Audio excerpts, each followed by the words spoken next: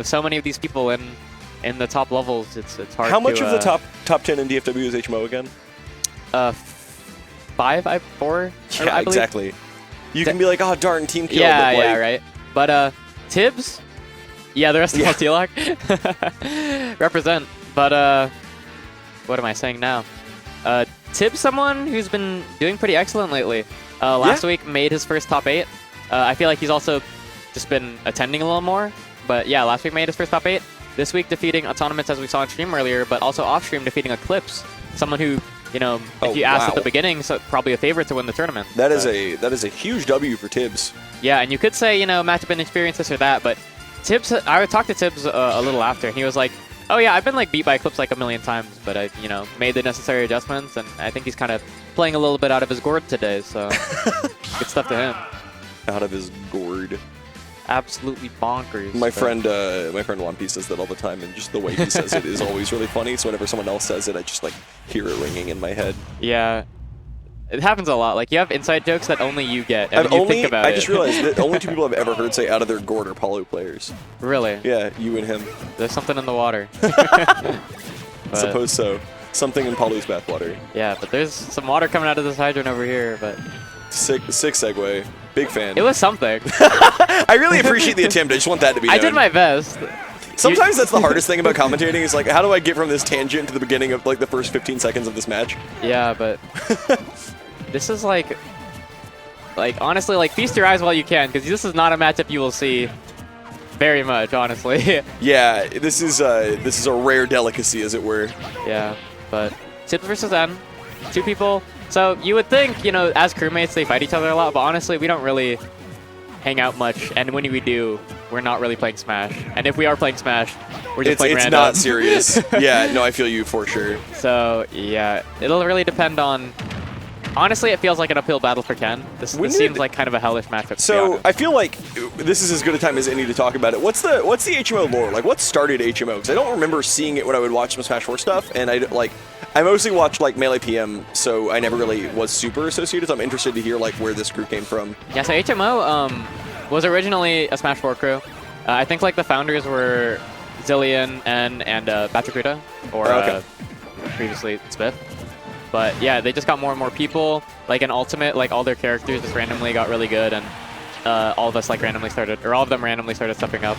I only joined at Ultimatum, but yeah, we're just friends. Like, it's not really a very formal thing, but it's still neat that they have that. I feel like DFW has a handful of crews, like Zero Fun and. Oh wow, some really cute stuff happening with that hydrant, but Tibs not really ready to capitalize. But wow, Tibs. I feel like just really good at being unpredictable with his items. Like really good at using the angle of Bell and the angle of Apple and like the slowness of Melon. Like stuff that, you know, if you just ask me is obviously important as Pac-Man. But like, I feel like he's better unique than applications for a lot of this stuff. Exactly. And he's also good at just kind of varying which one he decides to use. I want to start a Shoryuken tally.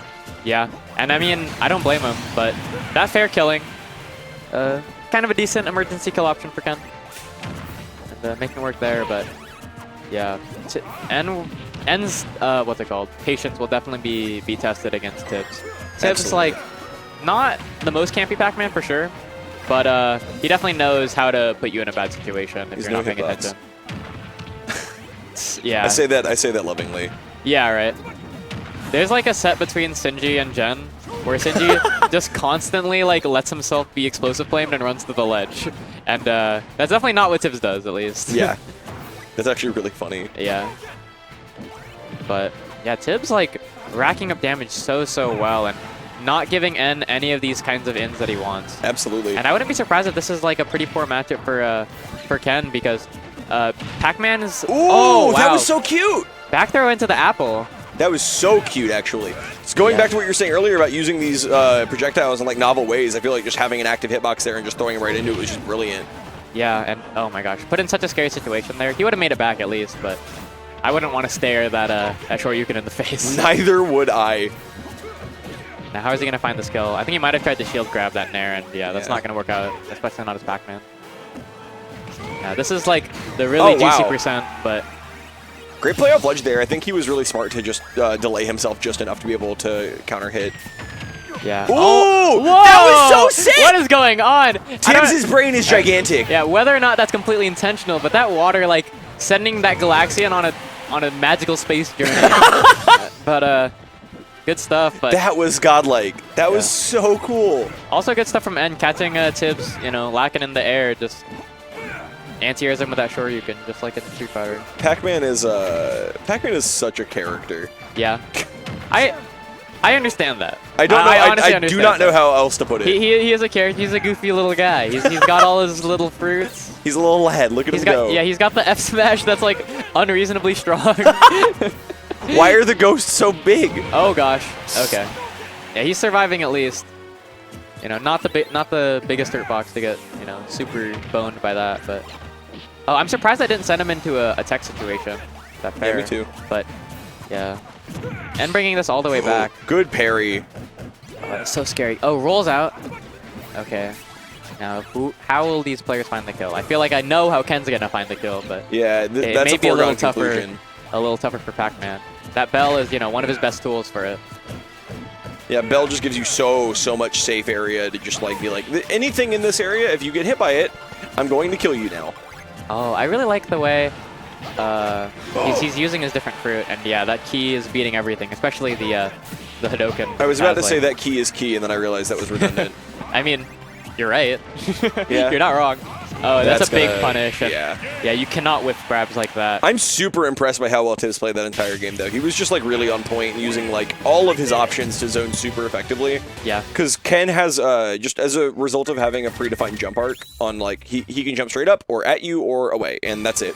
And like knowing the spaces that Ken has to cover to be able to get in without access to an air drift, like lets you formulate a more cohesive game plan with the space that you have to cover in order to keep him boxed out.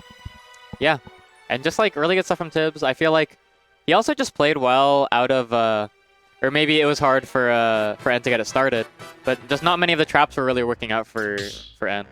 Like N really had to He's just. so happy about this song. I love this song. This is the best song.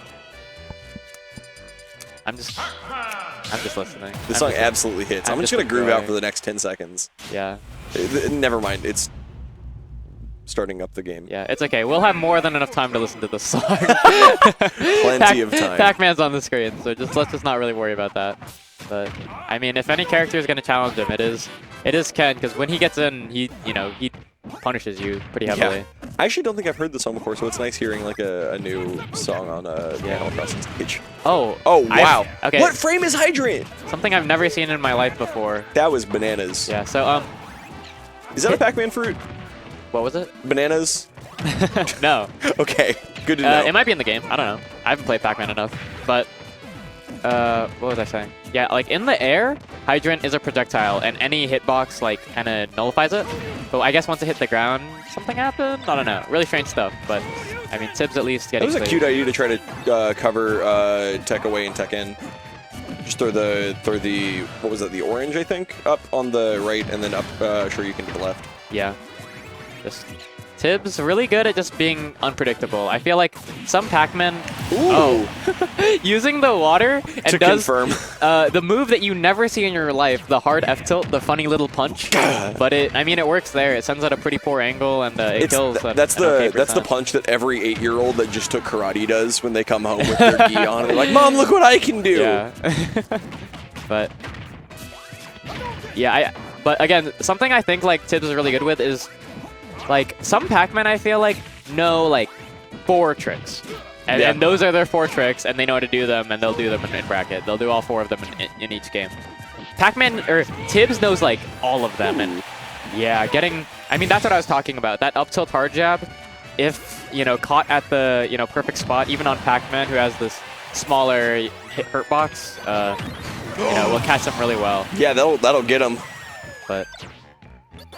Galaxian is probably my favorite of his projectiles off of Neutral B, because it's just so neat and all the stuff that it like lets Pac-Man set up that just is so like atypical for any character in the game. Yeah, no shade, but Galaxian is like Galaxian combos are one of those things that like the first time I saw it, I was like, oh, that's sick, and then I got Pac-Man in randoms and I tried it and I just like did it perfectly and I was like, oh no, that's you just point the C-stick towards them. But fair enough. But yeah, it is like, you know, one of his best ways of racking up damage. And I like the sound it makes too. It is a very good sound. I think that's such an important thing that people really overlook in like Smash characters is like which ones have like really good sounds. That's one of my favorite things about like watching Melee. Yeah. Is every sound is so basic, it just like rocks me to my core. Yeah, I love playing Chrom because of his sword just sounds like Roy too. Like Roy's sweet else. spot is just like so meaty. Yeah. As well as, you know, as Ken's moves just have so much hit lag and just like the opposite of that though being Toon Link, where it's just like oh yeah, Toon Link sound weird. It's so bizarre. And you never get to hear them either. But yeah, Tibs like fighting his way out of this this deficit. If he finds this kill, it'll look a little better, but it's looking scary. I feel like his defensive play has just been really on point, and I mean that's pretty consistent within Pac-Man players. Is that he has all these great options out of disadvantage.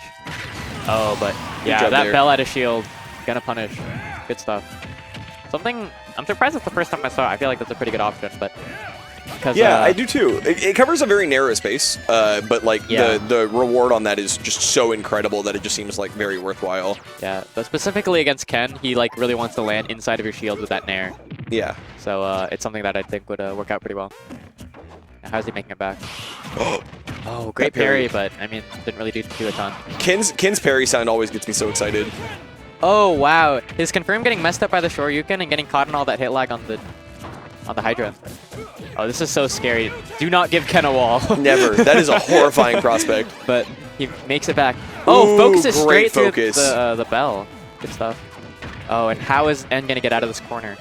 Great job going for that back air there, even though it definitely meant that he was more likely to get hit. Just disarming the hydrant was so important in that situation.